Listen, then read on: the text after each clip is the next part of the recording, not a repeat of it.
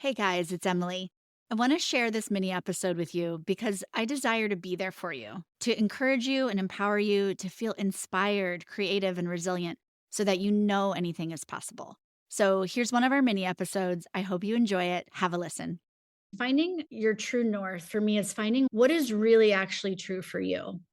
And that seems like an easy question, but a lot of us, if you know, I've posted this a lot, but I started asking a question about 18 months ago now. And I mean, really asking it every day. I had it on a reminder and made sure to really ask it is what is true for me that I have not yet discovered? And I can tell you there is something magical about that question. And also, what am I pretending to forget that I know deeper than even my inner breath? And I really asked those a lot and just waited to see what the universe had in store. And I think for myself, at least, I can speak. What I've experienced is a lot of us and the way the world is set up is it's really set up for external kind of performance validation. So whether that's at school or your job or in a relationship, it's really easy to, okay, I checked that box and I get praise and reward for it. And I think a lot of us, that's how we're raised by family and parents and school. And then it continues into our jobs. And that switch, when we really start to ask, okay, but like all of us, we know that everything is energy. And it's like, does this give me energy? Is it satisfying? Is it fulfilling? Does it light me up? And then we start to look more inside to go, okay, well, what can I change here so that the world I live in and the world I experience is one that I'm really excited to wake up for? And for me, a lot of that is finding what is true for you. What is your true north? Partly that switch from, I think it's normal, and none of us are here to be normal. I think we all got kicked out of the normal club a long time ago. But really normal to be in that check the box mode. And I know for me in midlife, it's easy to get swept up and either go through, I'm just getting by so I can get through my day, or I can just check the boxes that I know my job is laid out, or I know if I do this, at least I feel like I'm going somewhere. But that's a complete world of difference from actually thriving.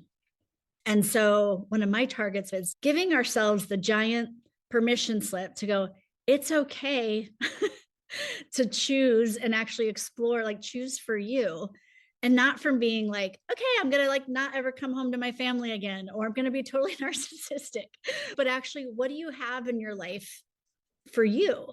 Like just for you.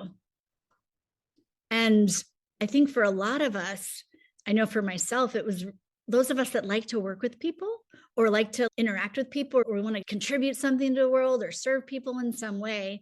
It's really easy to get a lot of fulfillment from that.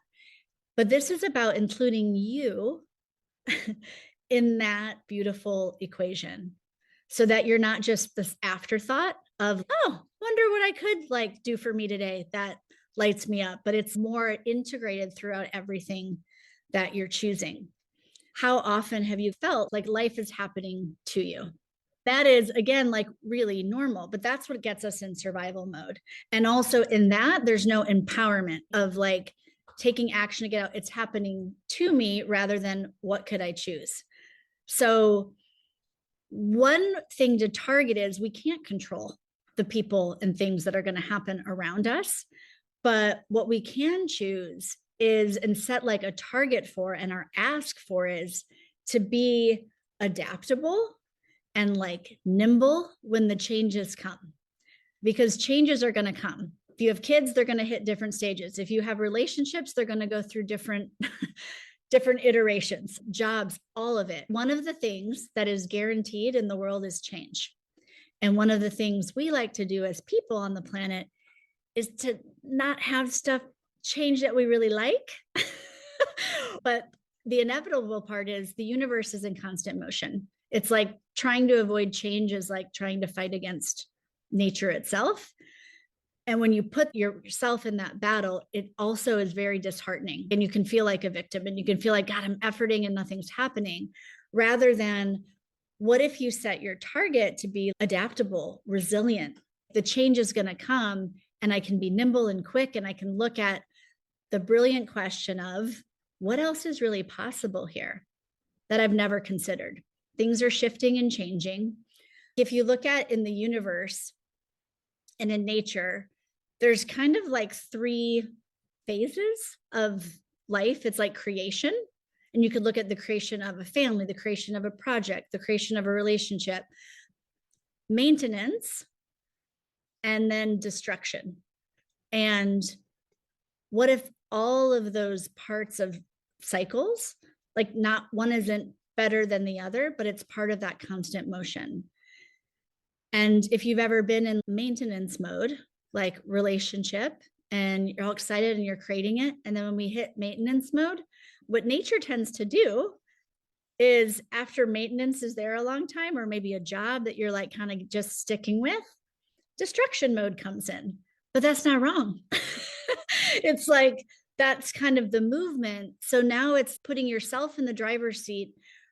When we are in that victim mode and everything is happening to us, we're going to get kicked along because everything's moving anyway. And we basically can create change through going through the pain, like you get kicked enough that you're like, okay, I guess I'll change something, or through question and awareness and insight and like that seeking of, okay, the world's not happening to me.